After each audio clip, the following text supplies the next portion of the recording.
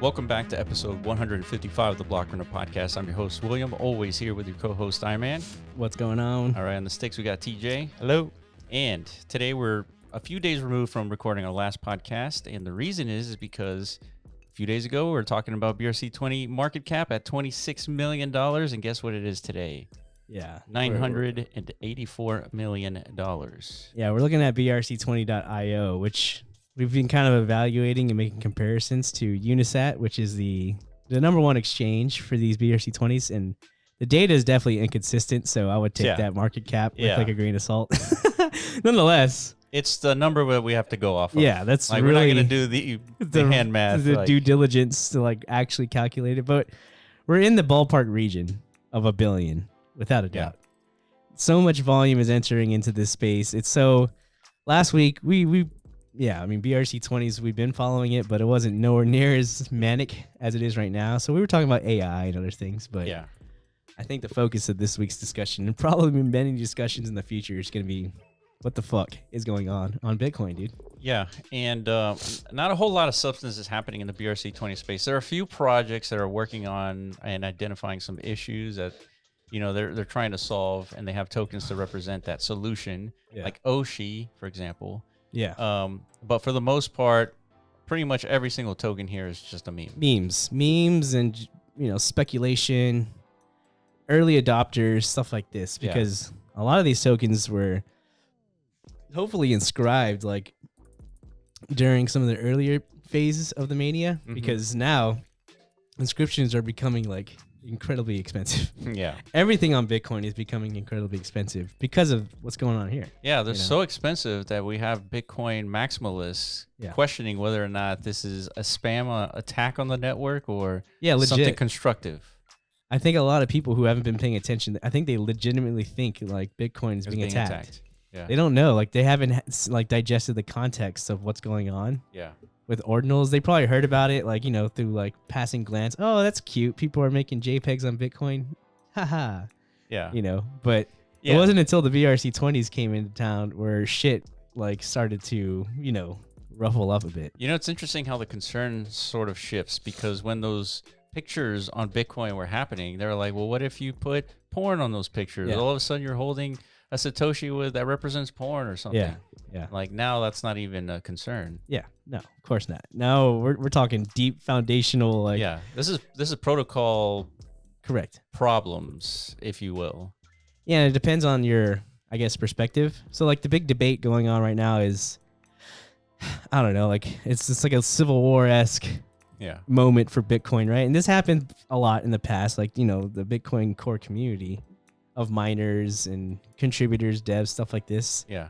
They've had disagreements in the past about a lot of things, right? That's why they've had forks in the past. And potentially this could snowball into another forkable event. Yeah. Potentially, right? So that's, I think, the narrative of today. Like, what's going to happen? Most likely BRC20s are going to continue to grow in interest, because now you're starting to see exchanges like lining them up. Yeah. Right? Yeah. Because they want in on this action, dude. Yeah, I mean, their business model is transactions, transaction fees. Yeah, they don't care about any like existential risks to the Bitcoin protocols. Like, if people buying and selling these things, they are. Oh, all right, dude. Let's bring them in. Let's support it. Yeah, let's make money. Yeah, let's make money, guys. Exactly, and they're not even. These are probably just like IOUs. Yeah, they're not real like interactions with any software that's been developed here. It's just. Yeah, I guess we haven't really tested it yet. So the exchange we're talking about is Gate.io, which we've never tinkered with. So yeah, because we're Americans. Yeah. Would you guys see any event where instead of forking, you'd see like an exodus to something like Bitcoin Classic? Huh. An exodus, like out of Bitcoin? I don't think so, because there's. But who would be going to Bitcoin Classic? The Ordinal system, or?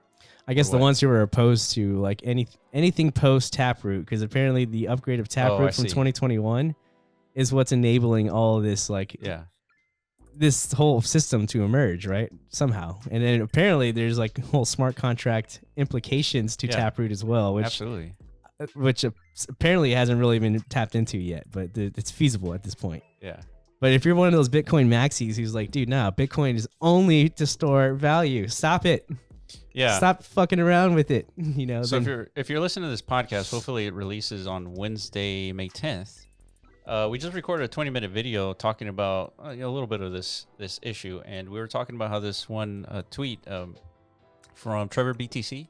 Mm-hmm. So he's like an investor in Bitcoin. He was talking about how if you do nothing and Bitcoin goes until its end stages where no more Bitcoin is entered into the ecosystem, then you have to rely on the transaction fees in order to sustain the network. Yeah. And if Bitcoin becomes a world reserve currency, the velocity of money is very low. Yeah. And so there are no transaction fees. Correct. And therefore, incentive for miners to turn off their systems, reducing security. Yeah, that sounds like a big no-no scenario, dude. Yeah. Sounds like a... Well, yeah, like if Bitcoin's, I guess, according to that thesis, like it's already heading in like a lose future scenario. We're talking like big-time future stuff. Because I'm trying to think, if Bitcoin becomes like the superpower of a money system, are we really going to use Bitcoin to transact with each other? I don't see that happening. Like if each sat was $1, are we going to be sending sats to each other?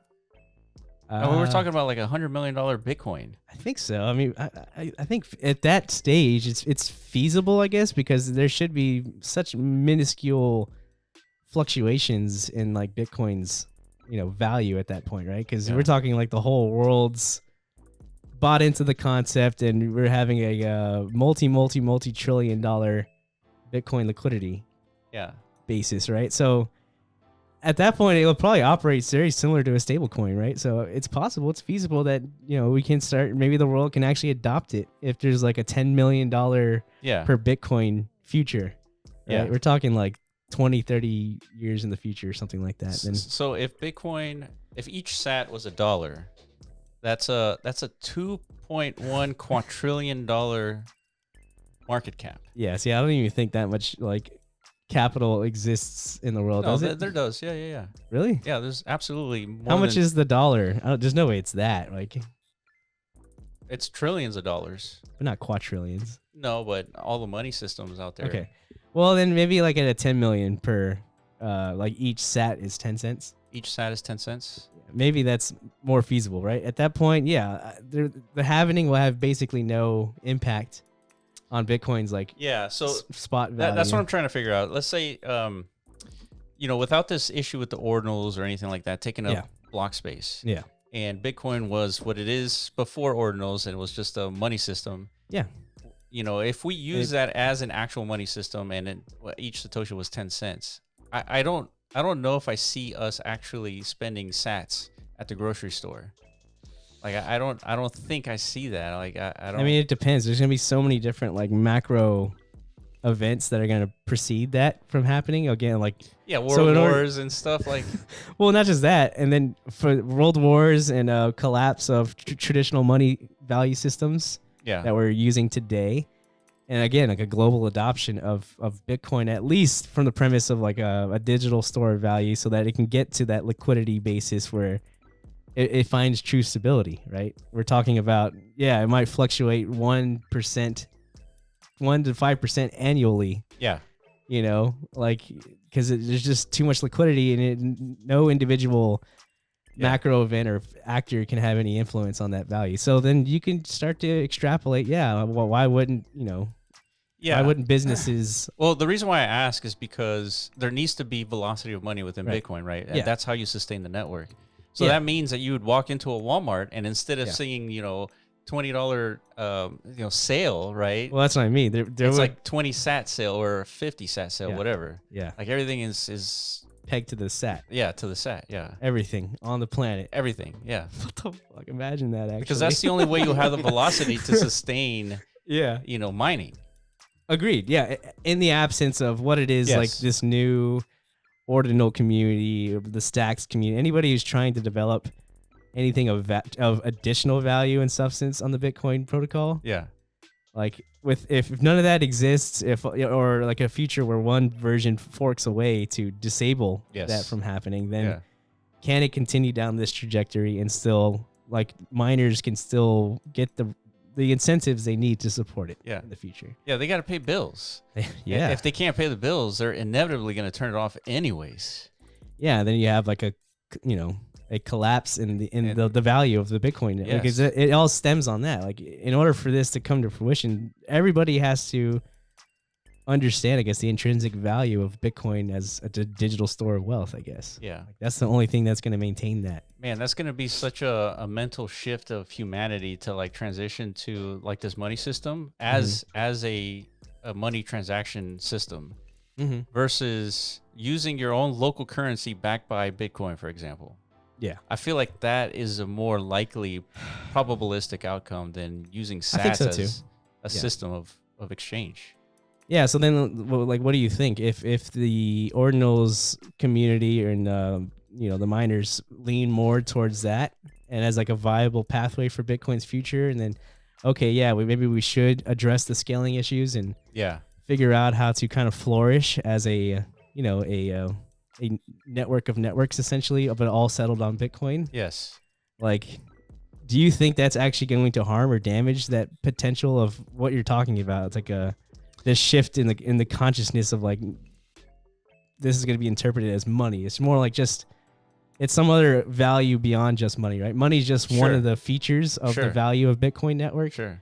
But still, like that is valuable enough to still use it as some sort of asset to back like a local currency, like you're saying. Yeah. Right? Yeah. I see what you're saying. Yeah. Because we're talking about two extremes where we're using money as a system of transaction. Or sorry, we're using Bitcoin as a system of transaction, or we're allowing ordinals and like this I guess community to exist on top of Bitcoin, where the transactions amongst this community is enough to support miners well into the future. Pretty much.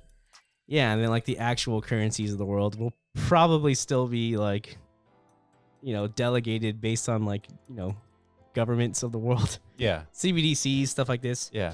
But like you're saying, we're just going to add these assets as like a, additional treasury strengthening devices. Yeah. For all these different nations, right? That's not such a bad outcome, I guess. I mean, it's bad in the sense that, you have to deal with government overreach in all aspects of our lives continually. Yeah. Because no matter what, they'll probably dictate what is the norm as far as like currency transactions and in the real world and stuff like that. So I don't know. All of this is just to say people are panicking in Bitcoin because it's shaking up these narratives that have been like the last 5 years. Bitcoin has been nothing but this. Like nothing but like, you see that war over there that's sparking up? Buy Bitcoin. Yeah. You see like oil's going up and inflation's on the rise, buy Bitcoin. Like stuff like this. Yeah. Which I mean, it's pretty powerful. There's nobody it's working, nobody can do anything about Bitcoin. Like there's right. Like it's a powerful escape vehicle. But I guess from those people's perspective who are really advocating for that, like what do you think they're really afraid of? They're afraid that like the world at large who really doesn't understand like where the value in Bitcoin lies, like they're gonna, if this shit gets like too expensive fee wise and then like the network's still clogged, I don't know, like just the user experience of that is going to be enough to like change the world's opinion about Bitcoin. If they think that the ultimate outcome for Bitcoin is a money transaction system for the world, and if each transaction is like $100, then that's a problem. I don't even think they think that Bitcoin is going to be a money transaction. I don't think so either. They've abandoned even that. Like that was Satoshi's original vision, but that's been thrown out the muck. Yeah. It's like, dude, no thanks. So that means that they're advocating for a velocity near zero for Bitcoin. I think so, yeah. Yeah, which to me it makes sense. That's kind of what you want. It's the digital gold. Yeah, but what about the thing you just talked about? Like, I know. That's the issue. Is that if there's no velocity, there's no transaction fees, and therefore security goes down. Yeah, like that's the ultimate issue. So it's a failed thesis, I think. It could be potentially. Like that's very risky, and I think once people start to realize that and grasp it, probably like a few happenings into the future, where it's like miners are questioning. Yeah, it's like, dude, we've just been like stacking sats this whole time, but we've reached peak mining, like something peak like oil. Exactly. Yeah. So you're gonna see some of these ginormous operations like start to scale down, And that'll be like the headline grabber of that time. You know, it's like, uh-oh. Yeah, but that does, so, okay, security goes down for Bitcoin, but that doesn't really mean that it's vulnerable. Yeah, but what about the thing, like, isn't that the whole premise, though? Like, even though the minting is significantly reduced, like, the value is supposed to... It's just supposed to go up, yes. And to cover that gap, like, no matter what. But the point is that at some point in 2140, there's no That's more true. At some Bitcoin. point, there is a finality moment where there's... Without a doubt. Gotta depend on transaction fees. Yeah, at that point. Yeah. So whatever is happening with Bitcoin, people have just hodled it, or governments, corporations, whatever. They're just using it like gold. Yeah, it's interesting that 120 years before this inevitable event, we're talking about that problem. Yeah. It's interesting, right? But essentially, like at that point, then at point of finality, then it does. There's no other choice. If innovations like BRC20 or Ordinals are like prohibited from that blockchain, then at that point of finality, when we're all dead and there's like, fucking space monkeys and AI and shit like that just dominating the universe. Yeah. Then that Bitcoin has to be transacted like money. There's no other correct option. 100%. Okay. Well, damn, dude. That's one hell of a gamble. It is. I totally agree. That's one hell of a bet for the Bitcoin maxis, dude. But I get it, man. I get why they're concerned. Because, Yeah. They're concerned because new functionality on Bitcoin adds attack vectors, complexities, and vulnerabilities, and then if you exploit Bitcoin because Taproot 2.0 or some other update, it tumbles. Everything's over. Yeah, and then you're gonna. There's no trust in Bitcoin. If there's no trust in Bitcoin, then what do you got now? That's true. So that's what it is. It's that fear of the uncertainty of the unknowns of how they're adding new verticals of potential attacks or something, disruption basically. That's going to, again, potentially ruin that reputation it's got going for it. Because that's why this stuff is popping off. Because, but man, I mean, like this is just memes and vaporware at this point. But it's interpreted as extremely valuable only because it's on the most trusted chain ever created. Yeah. That's a very pristine reputation to maintain, right? Yeah. Man, but God, now that I think about it, when we're talking about these transaction fees happening on Bitcoin, I don't know if enabling. So how do you even support something like BRC20? It's already supported by Bitcoin as is because all the miners are supporting this Taproot update. Yeah. Right. That has the longest chain. Therefore, that is Bitcoin. Yeah. Let's say another update happens where we try to support this a little bit more, whatever, but it gets exploited. You could just go back to the original chain before that update and just continue on that way. But all that money was lost from that point of inflection. Yeah. So, but I don't think you could kill Bitcoin in any scenario is what I'm trying to say. Meaning, like, if there's an ultimate, like an Ethereum DAO hack type scenario. Yeah, the miners could be like, we messed up. Yeah. This update had an exploitation. Yeah. And we're just going to go back to mining the original chain before this update. Yeah, that's like a legitimate means for a fork. Yeah. At that point. Yeah. Yeah, of course, it's going to have, like, detrimental effect on the market in the short term. Yeah. There's going to be, like, a whole period of people's, like, see? Like, fucking Peter Schiff. Yeah. It's going to be on, like, the tallest mountain on Earth. You're like, I fucking told you so. Yeah. And people are going to be like, damn, I guess he's right this time. But then we're going to recover again. But I feel like if we were to roll this out in reality, I feel like the developers who are to agree is like, you know what, we do need to upgrade Bitcoin. And there is value in what's happening in BRC20 and Ordinals. There is value. Let's support it. Let's make this upgrade. Yeah. I feel like before they make the upgrade, they test the shit out of it. Yeah. Like so much so that I would think so. Like it's open source too. Like I don't think there's going to be a chance for vulnerability here. I mean, I would never rule it out completely, but you're definitely right. Like that's what we've seen with Ethereum. Like you know, with their recent upgrades. That's right. These things took multiple years of testing. Yeah, 100%. In order for them to even like consider like actually applying them. Yeah, I feel like this is going to be what it turns out to be. Well, yeah, but that's the most interesting part about all this is like Bitcoin is slowly like morphing into legitimately like an Ethereum competitor. Well, I don't even know if like competitors even the thing. I guess like from a liquidity perspective, yeah, they do compete. Yeah. Right. But if we buy into the concept of the future that at some point there's going to be an omni chain, like the blockchain is just all interconnected. Yeah. So it doesn't really matter. Liquidity is traversable across the whole thing, so it's all valuable. Yeah. You know? Right now. But right now, yeah, this is real competition. You know. Bitcoin is what, roughly 2x of Ethereum. Yeah. So maybe in the future it's gonna be like 10x Ethereum, dude. 5 billion. Whoa. So what you're saying is, if this works out, see, that's the thing though, because so much more is going to happen.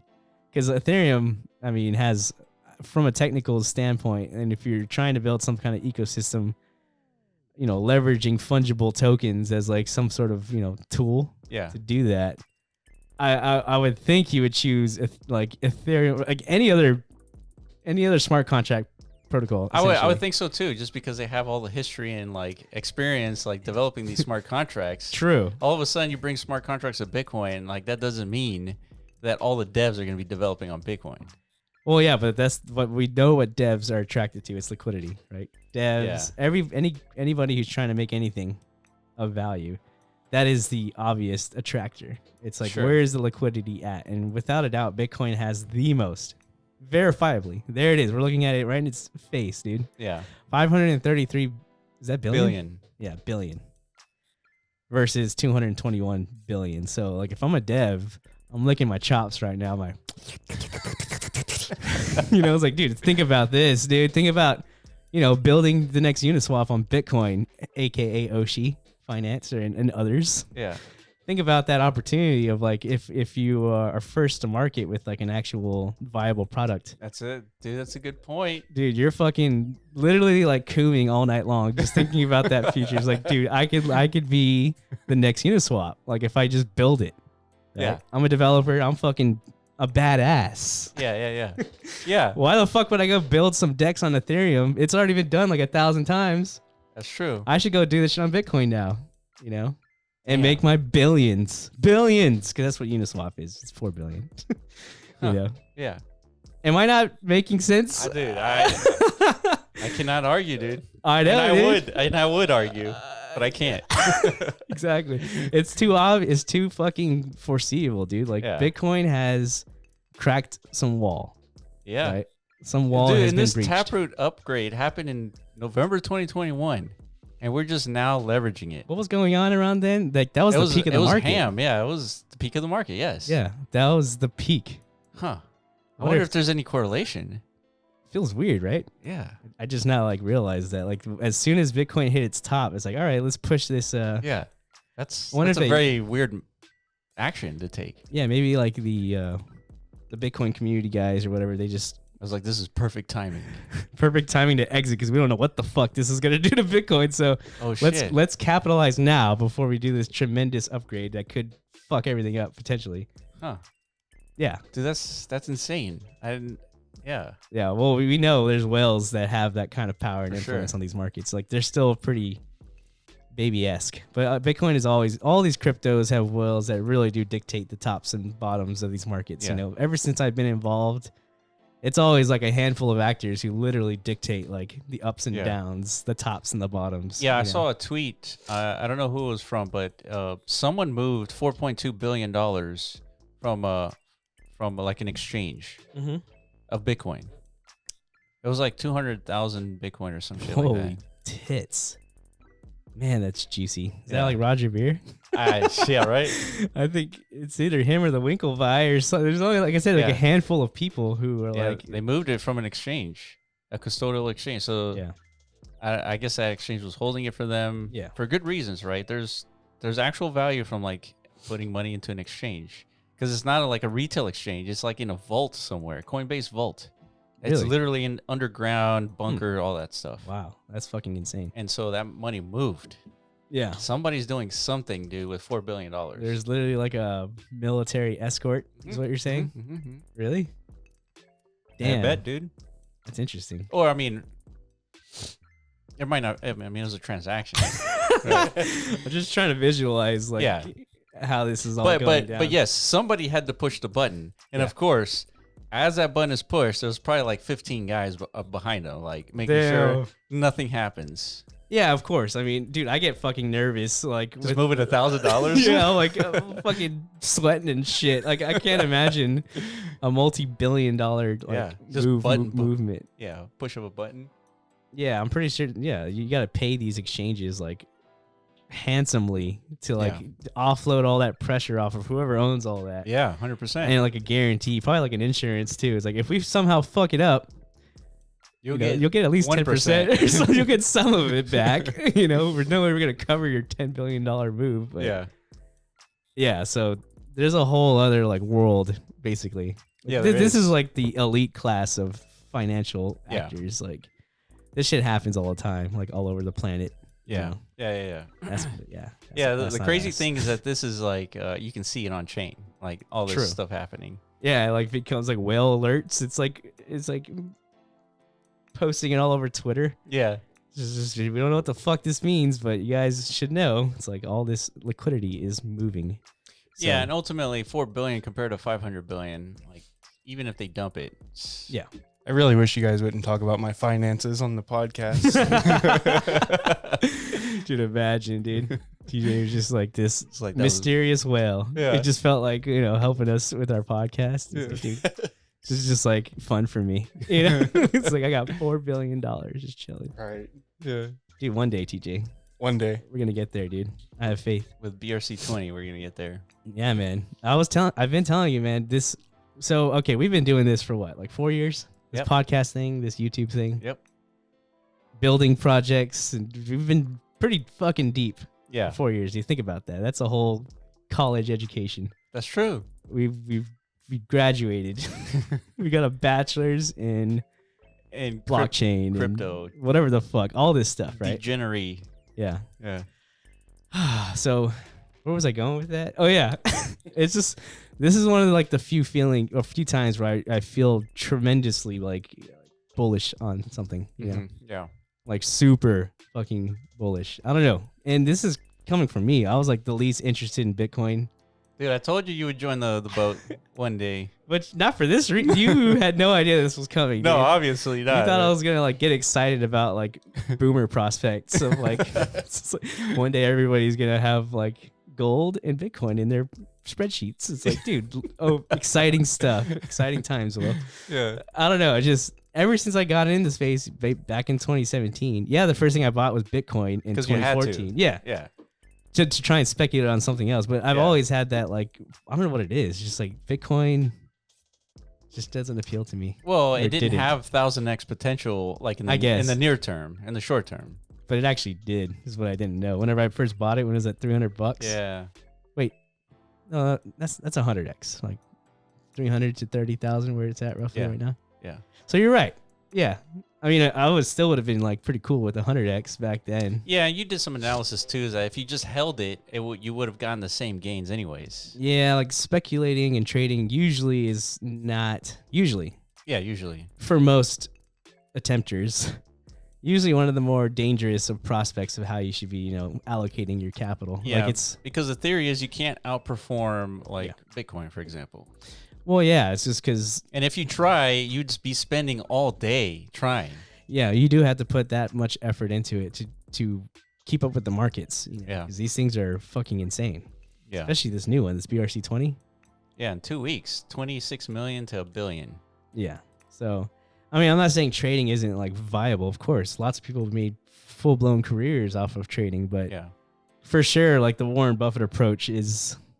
buy and hold. Yeah, the most sound of financial principles. If you want to avoid things like stress, things like having to process and deal with your emotions every single day, like just with that, and like just keeping up with like technology and like where the eyeballs are. Yeah, like market sentiment stuff. You have to like, be so plugged into the social sphere. Yeah. Just to hear all the conversations. I mean, and there's nothing wrong with that. That's what I'm doing right now. Yeah. It's very enjoyable. I like it. I like being on the forefront of all this like new innovation. Mm-hmm. But man, I mean, we got shit to do. Yeah. Like on our end. Yeah. We're trying to build metaverse primitives here and stuff like that. But this is very distracting right now. Yeah, you know what I mean? But I think no matter what, like this is valuable to us from a developer standpoint too. Yeah. Well, what if Bitcoin gets to a point where we need to support the Bitcoin network now? Well, we were talking about it this morning for our platform MetaZone. Right now, everything's minted on Polygon, right? Yeah. All the digital assets that our creators come on to, to make 3D apps. Yes. And then deploy them on our store. They're minted on a layer 2 to Ethereum. So we're like, dude, why wouldn't we give the option to these creators to inscribe them instead if they felt the need to? It makes sense because let's say other people are paying attention to BRC20s as they are. It's a billion market cap, right? Yeah. Probably like 20 to 50,000 people are paying attention, right? It's still kind of like a small thing, right? Yeah. But what if one of those developers be like, hey, I like the Metaverse. I want to deploy shit in the Metaverse as a Bitcoin Ordinal. Yeah, because then my creation, my art, my 3D digital art app, whatever it is. Yeah, whatever it is, it's now embedded on the blockchain, of Bitcoin for all of eternity, right? Yeah. Like that's the purpose of an inscription. Now it's and it's a deployable app on Bitcoin, dude. That's quite the narrative. Agreed. So that's why it's valuable, like for all developers to be paying attention to this. It's not so much just like a liquidity like race. It's like, everybody's deploying capital on Bitcoin, so that's the reason to do it. It's just it's giving I guess the options, the market options, to establish provenance and stuff like that, like the intangible values to things, right? I mean, of course, just. That's what we're thinking about, I guess, like from a platform developer perspective. If we're thinking about it that way, other developers are thinking about it that way. Oh, fuck! You think OpenSea's not like gearing up? Oh yeah, I even forgot about those guys. But yes, you're right. Yeah, I mean, Magic Eden already did it. They were like the first movers. Yeah, that was the first signal, and then that was a good signal. And then Gate.io, Huobi. Yeah, like they're all slowly trickling in, basically. Yeah, Coinbase. Probably will do it from the international platform standpoint. Yeah, Coinbase is usually kind of late to these types of things, you know? Yeah, but they bring a ton of liquidity just because it's Coinbase. Access. The thing that Coinbase has going for them is it's the access to the American population, essentially. 100 million people. We're talking about 50,000 or so degeners on BRC20. Imagine if 100 million people had access to this. Yeah. Yeah, but Coinbase is like a publicly traded company and like, yeah, you get the trust too when it comes to Coinbase. You don't have to deal with these back rooms. Exactly. Yeah, when you're transacting on Coinbase, like it's gone through like scrupulous, securities scrutiny and all kinds of shit, right? So that's the value they bring to the table. For sure. So it's a long shot for Coinbase to get in on this action, at least for now. Yeah, agreed. Yeah, Binance, I don't think gives a fuck, dude. I'm pretty sure they're gonna jump on this. No, they don't have any regulatory pressure. Yeah, if they see volume, like if that 24-hour volume becomes like 1 billion, right now it's at 132 million. Yeah. Oh, you best believe CZ's like, cracking the whip over there. It's like, go get these on. Yeah. You know what I mean? Yeah. 14,000 BRC20 tokens. Yeah, so I guess you know what? The centralized exchange angle is actually going to help a lot with what's going on with Bitcoin because UniSat, kudos to them for, there we go, I guess, being first movers and providing like the infrastructure to get this ball rolling. But man, like their fucking requirements that's what's clogging the network because they force every user to inscribe 20 inscriptions just to even get access to trade. So think about that. That's all just people. That's all just fluff. Spam. Yeah, that's it's just legit spam. Forced spam, just to get people to transact. That's why you see a bunch of shit over here. Oh my god, there's a lot of market caps here. Damn. It's definitely grown a bit, huh? Yeah, fake hams. Yeah, people are minting their own token just to get access to the exchange. It's like fucking zeros. I mean, these are some of the early ones. This isn't a good example. Like, well, okay, yeah. But I'm just saying. Yeah, you're right. He's like, why are there 14,000 tokens already? It's because, again, people are forced to inscribe. Yeah. There you go. Those are true shit coins there. Yeah, look at this. Backslash. F8407860. 6001. Yeah. Yeah. This is people just getting their inscriptions so they can fucking trade, And this is really what's clogging up the network. This is unnecessary. That's a good point. So with more exchanges, centralized exchanges coming online, you know, it's gonna detract some of the. But UniSat does have a first mover thing going for it, so I don't think it's gonna like slow down anytime soon. But I do think they should kind of like. But it makes sense to have that paywall though, because if you didn't, I don't know. I mean, yeah, during the last mint there was a mint yesterday called VmpX. Mm-hmm. It was from a founder of Zen, the Zen crypto guy. Yeah, what's his name? Jack Levin? Jack Levin, I think. Okay. And so that minting event really truly exposed a lot of shit. It exposed UniSat definitely isn't ready for the big show yet, because UniSat was constantly going offline, tons of error messages during this mintathon. Really, just to mint? Yeah. VmpX on Unisat? Oh, dude, it was like I had to like refresh like at least 100 times while I was trying to mint, and I finally got through. And then I got fucked over by Bitcoin's like mempool bullshittery. Yeah, yeah. Like, you know, Unisat presents you like a low, a middle, and a high gas fee tier, right? Yeah. And I try my best to front load my expectations, meaning like the high is like 180. Okay, let me do 250 sats. Okay. Instead. And I did it. And then apparently it worked. I got my batch of tokens. It showed in my Unisat balance. Yeah. And then like 6 to 8 hours later, fucking zero. The balance disappeared. Yeah, because the people after you decided to pay more than you did. So you went down the list. Because I was one of the earlier minters, I guess like the fee that was displayed to me was low. And I bet you that people who are running the Bitcoin miners, they can see the mempool and they can see all the transactions and people paying for those transactions, and they could be like, okay, this guy paid $250, I'm gonna pay $260. Ah, that's what happened. Yeah. Bastards, dude. Yeah. That's fucked, man. See, I don't know. That's probably, you're gonna have to come up with different minting strategies, because this was without a doubt like the first like big killer mint event on the BRC20 network. Yeah. Similar to like something, I don't know, like go back to PFP era. Remember like every PFP that was launching was like a Meebits. Meebits was a big one because it came from who was it? Larva Labs. Larva Labs, yeah. Yeah. The CryptoPunk people. Yeah. That's right. Yeah, that's exactly. So it's similar to this, because this guy, Jack Levin, we don't know too much about him yet, but he's building a lot of influence. Like he's got like a community of followers because of Zen, and he's advocating a lot for like these first principle things. Like every project he like puts out there is like a fair token distribution. So fair token, open source, no VC, stuff like that. Yeah, yeah. I don't know if that stuff's true or not, but that's what he's saying. But it's definitely hitting a nerve. You know what I mean? But anyways, that mint was so chaotic. Like, you know, Unisat couldn't handle it. It was totally breaking apart. And then I got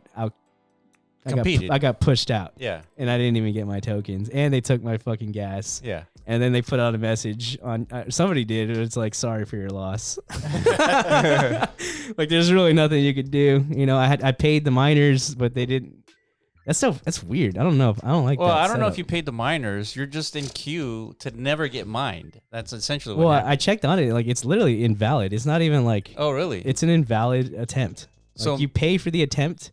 But they're like, nah. Yeah, you pay for the attempt to get your mints, but if you get out busted by everybody else, it's just like, sorry, bruh. These guys paid more. That's interesting. Thanks for the cheddar. You know what I mean? Yeah. These fucking miners are greedy assholes, dude. The fuck? I don't know. It could be just protocol level. Like, I don't know. I don't know what happens. That's definitely not user friendly, and that's definitely not going to be good for the future. But that happens on adoption. Ethereum too. I know, yeah. This is not cool, is what I'm saying. Well, yeah. This I'm going to put up with this because, I mean, fuck it. That's what I do, I guess. Well, early adopters, they pay for this stuff. Yeah, but if we're talking about future where people are just trying to mint, you know, like a Beyonce thing. Yeah, a Beyonce tickets on the Metaverse? Yeah. Exactly. This is a problem. This is going to be a problem. I paid $50 plus the whatever fee. Yeah. I need to get my ticket, and that's that. Yeah. And then imagine Beyonce's like PR team is like, sorry, the blockchain told us, sorry for your loss. Yeah.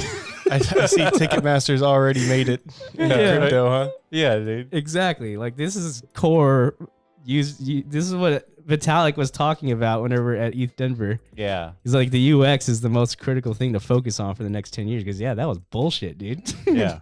I got scammed by Bitcoin's blockchain and like other miners and shit. Yeah. I got fucked. Because I was one of the early minters, dude. What the fuck? Yeah. Not cool. Not cool, guys. Not cool at all. Yeah, I suspect in order to correct this, that early minters get first dibs, the first round, and Something, or like a lottery or something. I don't fucking know, dude. Like, I don't know. yeah. But anyway, so this is one of the many dangers of dabbling in this space at the moment. Is you never really know what's going to happen during mint events. Like, you're going to lose your fees. Who knows? There could be like exploits going around, and the platforms themselves, like Unisat, they're very unstable. So let me ask you. So VmpX, big mint, right? Huge. Yeah, How did you know that you were buying the right VmpX? Because this guy literally had a countdown timer for like 15 hours before the launch. Okay. And then he was tweeting out all day. He's like, hey, once that thing hits 0, we're going to publish basically the link to the actual mint process. On UniSat. Yeah. Okay. And that's exactly what they did. You know, there was like a 5 or 10 minute delay for whatever reason. But eventually he's like, let's go. And then here's the link. Yeah. From him. Yeah. Not anybody else. Yeah. Clicked on it. It took you straight to the Unisat minting portal, I guess. So if anyone wasn't paying attention to his Twitter, right? This happened on Twitter. Yeah. That means somebody may have found, hey, this VmpX thing is happening. It's already live. Yeah, I'm going to buy this shit coin. Yeah. And you know what? They got effed. Yeah. And people were actually speculating before this. It was already because he put out like hidden like codex in his messaging or something. And like the Chinese community somehow pieced it all together, and they preemptively found out the ticker is going to be DRAC, DRAC, and then somebody found it, and like the volume exploded. Like 50 Bitcoin in volume happened like leading up to that launch. People anticipating on a fake coin. Well, I don't know. I almost feel like it was DRAC, and then he realized people found it, and then I think he switched it up to VmpX after the fact. So he probably inscribed multiple names, and then it was like, I guess, yeah, because DRAC makes sense. Like, dude, like it was very believable. Like these Chinese conspiracy theorists, they gathered a lot of really juicy details, and like a website that had the right graphics, like ready to go and shit like that. The same graphics that eventually were deployed on VmpX. Really? Yeah. Huh. I know. Dude, I've been going deep, dude. Did you get in on DRAC or what? Oh, I did buy a little bit of DRAC. I was speculating too. You know, I was fucking around. Fucked around and I found out, you know. But then once the VmpX thing came along, I was ready for that too. You know, I had my fees allocated, ready to go, my Bitcoin, as he directed. He's like, make sure you got Bitcoin in your Unisat wallet. It's like, I got it. And I was there early. Yeah. Minting my ass off, you know, because I was speculating that this is going to be a big launch. And it is. Like, pretty much, yeah, I got fucked. All right, so let's take a look at VmpX. So we're going to BRC20, and let's type in Vamp. Yeah, this is pretty degents. Well, I think it's VmpX. Okay, VmpX. Yeah. There she is. See, that's definitely wrong. Yeah, that can't be it. I mean, you can go to Unisat and check it out. So there's about roughly 100 million, I think, of these tokens that were minted. So we could do quick napkin math to see where the market cap is at the moment. Yeah. Because this thing literally launched yesterday. And it's already, I think it has more volume than the Ordi token itself. Which is the #1 token in the entire ecosystem. So this thing is blowing up, you know. So there it is. There's deploy inscription. That's how many tokens exist. 108 million, 100% minted. Yep, not by me though. Yeah. I didn't catch that wave at all. So 420 is how many units of the 108 million that you can purchase? Yeah, that was the max like batch amount basically. Okay. 420 per inscription. Go to like the marketplace so you can see the spot price. Okay. And hit view only because you don't have that paywall. Go to the left where you see Ordi. And there it is, #2. You don't even have to type it in, dude. Shit. It's right there. Okay. What's that? 39 cents per? Okay, so I guess what's 100 million times roughly 40 cents? That's 40 million, right? Yeah. Yeah. Yeah. So we're talking like a 40 million market cap right now. Wow. Yeah. Okay. So it's still reasonable. Yeah, I mean the whole. It's interesting to kind of pinpoint like the point in time we are. 40 million market cap VmpX. Well, I guess one of the more prominent minting like launches so far. Yeah. So maybe in a week from now, it's going to be like 500 million. Like the next ones that, but that's the thing though. I don't know what Unisat's going to have to do to kind of like scale to support like these type of events. I don't think you can. If so many eyeballs are trying to overcompete with each other, constantly refreshing your site and shit. Well, I guess because that's what I was doing. And everybody else too. But you got through, and you still got outcompeted by the people spending more money than you. Right, but I was getting double fucked. I was getting fucked by UniSat because they were dealing with basically a DDoS attack. Yeah, everybody refreshing. Yeah, and I was getting fucked because of the mempool abusers and the miners and all that shit. So like I was doomed. It was futile, like Elon says. It was a futile effort, dude. I was gonna. Dude, unfortunately, I think you may be a long ways away from Unisat. Dude, Coinbase still goes down if there's significant. Yeah, so true. That's true. Yeah, this is like one of those unaddressable things. I mean, you could try. Coinbase has infinite resources. Yeah, and they're still going down. If the world is panicking for whatever reason. Yep, you're right. Yeah, like these things happen. Yeah, this is a big problem, especially in the context of Coinbase. Yeah. When you're ready to sell like everyone else is, and you're trying to sell and it goes down, that's a problem. It is a problem, dude. And they have infinite money. Yeah, so I guess the best thing that can happen here is like the DEX environments start to merge, right? Liquidity pooling and stuff. Yeah, I guess AKA Oshi Finance. Which then you're only competing with the actual cost per transaction. Exactly. You're not so much dealing with the interface concerns of server backends. So true. Getting tripped up. So at least you're getting singularly fucked. Yeah. Not you're getting fucked by whales. Yeah, exactly. Which inevitably this BRC20 thing it's going to become a game of whales. Like as the fees continue to go up and up and up and up. Yeah. The only people who can play are whales. Yeah, people who are like flipping like 50K at a time or 100K at a time. And they're not even sweating it. They're paying like $1,000 to do that. It's like, dude, yup. Yeah. All day, son. No thanks. I mean, yeah, dude, that's exactly what. And that we saw that with DeFi Summer in 2019. Yeah. And with PFP Mania and shit. Dude, that was a whale exclusive experience. Yeah. Anybody with a little $1,000 balance can't participate, dude. Right. It's unfortunate. Yeah. But that's how you know, man. We're like nowhere close to mainstream anything. You know what I mean? Yeah.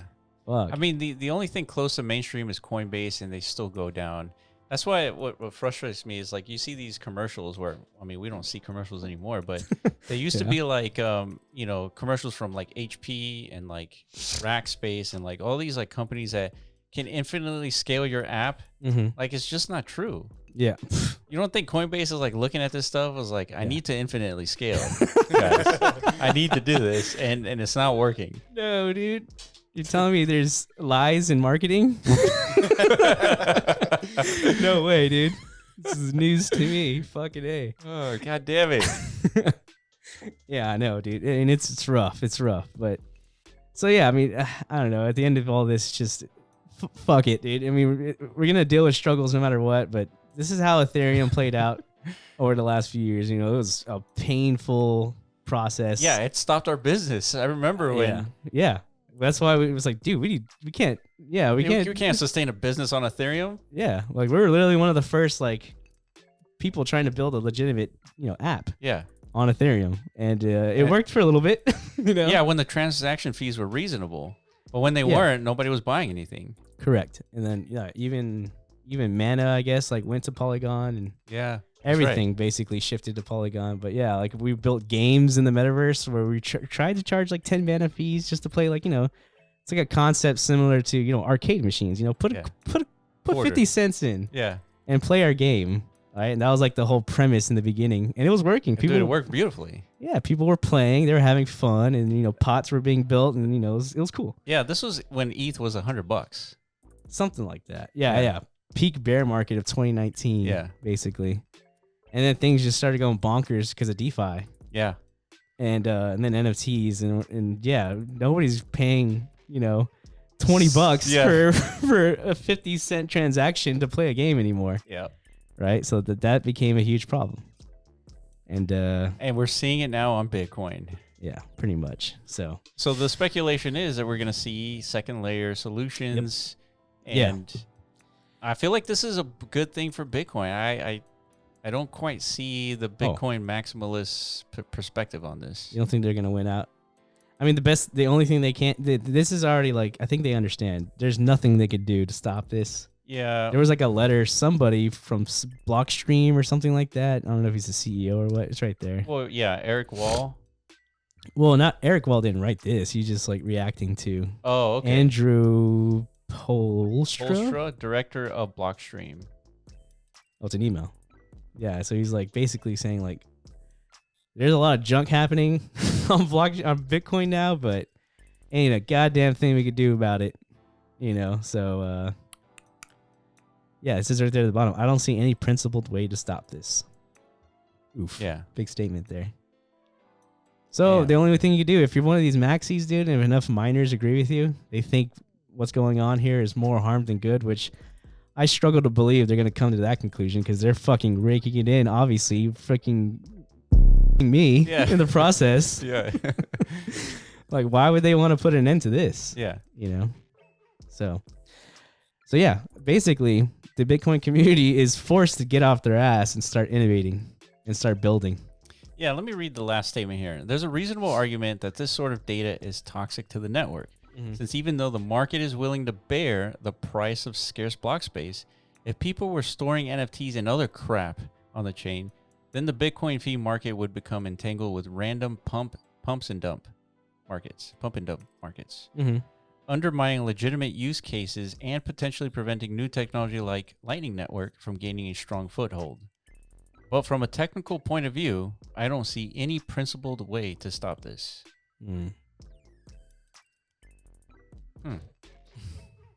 Okay. So what are you taking away from this, dude? Well, people smarter than me have analyzed this from a technical perspective, and they're saying there's no way to stop it. I feel like this is one of those things where it's like spilt milk. Like it was enabled through Taproot. Yeah. And exactly. People agreed Taproot was necessary. Yeah. I guess it was like originally for security purposes or something like that. Yeah, increasing the security. I was like, okay, let's do it. So they did it. Yeah. And here's the result. Yeah. So, I mean, you just got to adjust accordingly. Yeah.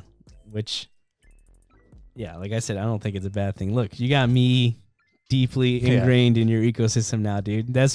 If I could flip, like you're doing something right. Yeah. Like this is a good thing for you, Bitcoin. Yeah. Like I'm literally not paying attention to the whole PayPay coin madness that's happening on Ethereum. Yeah, I mean all the whole meme coin speculation going on there. I'm not interested in that. Yeah. I know a lot of people are making small fortunes. Probably not anymore. It's probably like a straight dump fest now. Yeah. But this is actually something of interest to me. Like this is real. This is a real innovation happening before our eyes.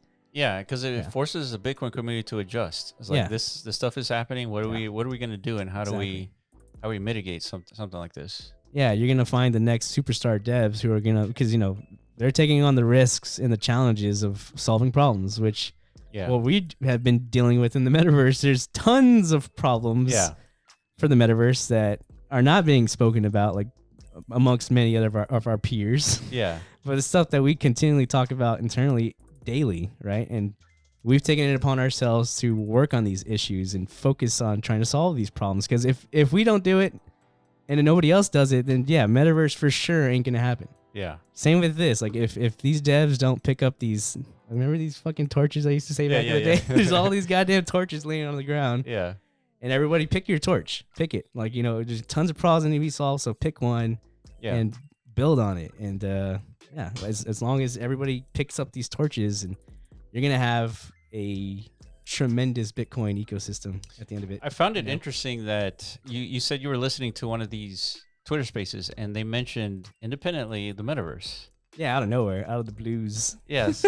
So what was your take on that, and like what's the summary on that? I mean, I wouldn't expect like the Bitcoin community to be bullish on the metaverse, but they definitely had a overall bearish sentiment towards it but this is it was one of the more like respectful conversations I've heard on the topic, like in it from a technical and developer's perspective, right? Like they were talking about the context of what's technically unfeasible about the metaverse. Like if we're trying to get to some sort of Ready Player One type of experience where clearly interoperability is like one of the main focuses to enable something like that to happen. And of course, there's all these hardware considerations like VR tech is nowhere where it needs to be in order to sustain like an actual like presence for more than like an hour. More than an hour, exactly. Yeah, like if a real Ready Player One is like you're basically living in the virtual environments.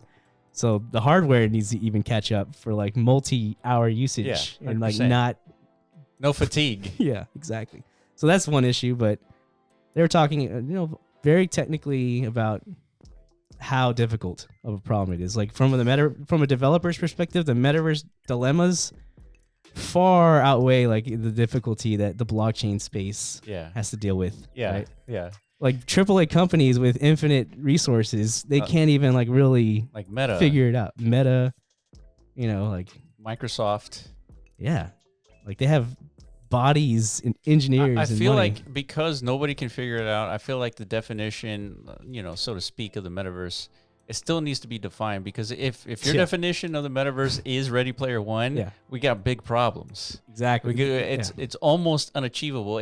Ready Player One is just a second Earth, digital Earth, where people spend all their time. They can play any game that they want. Yeah. And all they got to do is like walk there or transport there. Like they're playing a racing game. Then there's like a shooter. Yeah. Like all in the same realm. Yeah. And like that presence of you, just like we have our personal presence of us in this physical realm. It's called a soul or like your identity, whatever the fuck it is. Yeah. That same expectation has to apply in the virtual sense. Like, no matter where you enter, whatever you experience, you're building up like your soul, your presence of identity yourself. So that has to traverse throughout your entire metaverse like existence, right? So it's gonna be tough. So if Ready Player One is your definition of the metaverse, I find it very difficult to believe we're gonna achieve something like that in the reasonable sense, like next 20 years. Oh, dude, I'm not that bearish about it. It's like I definitely think it's achievable. Really? Oh yeah. Oh man, that's tough, dude. I don't know. What do you mean, dude? I don't think we're gonna be donning headsets to play like the next version of Halo, because that's where the really. Yeah, I don't, dude. Well, we're at the same time. We're putting on headsets to play Halo. Yeah. And then it's like, okay, we're done with Halo. Let's go play this other thing without like removing the headset and like we're just gonna go over there. You mean like you're still in like the virtual sense? Yeah. Dude, it's doable. I know it is. Well, it's hard to envision now because there's nothing that exists to support that. Like the most prominence like of game engines, Unreal and Unity don't support something like this, right? So a whole new layer has to be developed on top of what exists to make like things like physics and rendering of graphics and stuff that's already like widely available and understood.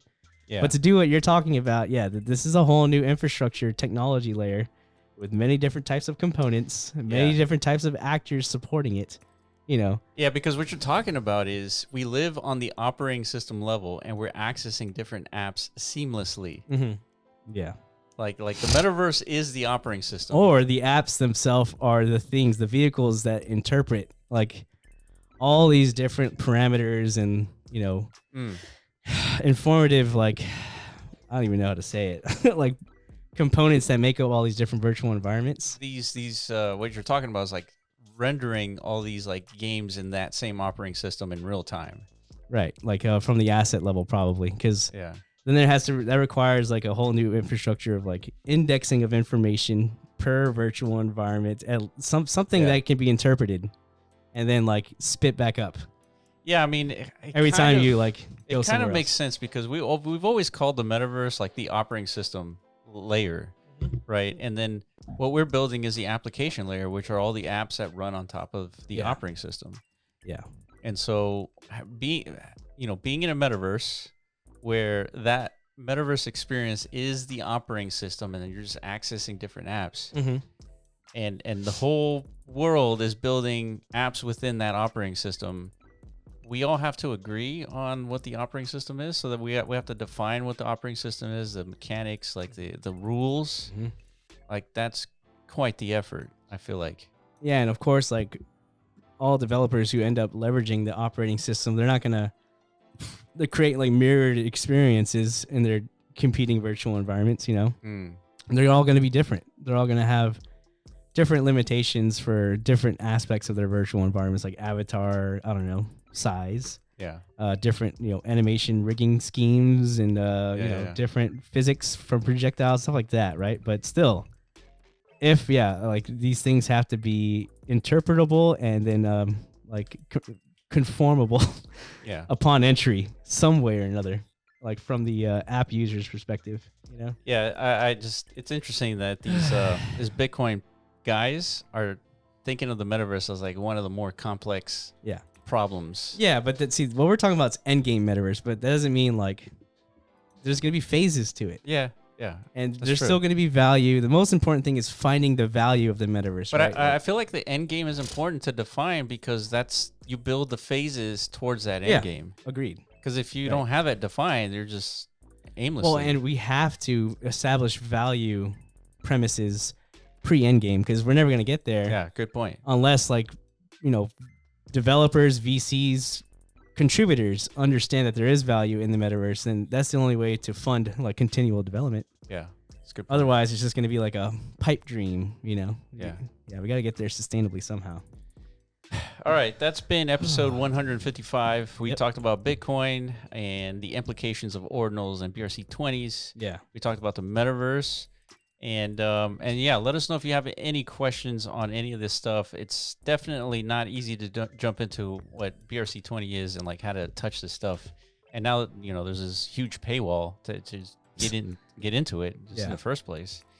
And a learning curve, Yeah, so we're going to be talking more about BRC20 in our 20-minute videos. Yeah, definitely stay tuned because we're going to have to create something, either a scripted video or just like a quick rundown of just how to even participate in this stuff. Because a lot of people are asking like, oh, it's nice you're hyping us up about these projects and stuff, but I don't know what to do. Yeah, exactly. So we're going to help you guys out. All right, guys. I appreciate it. Follow us on Twitter @TheBlockRunner, @MetaZone.io, and @RobyAI, and we'll catch you in the next video. Peace.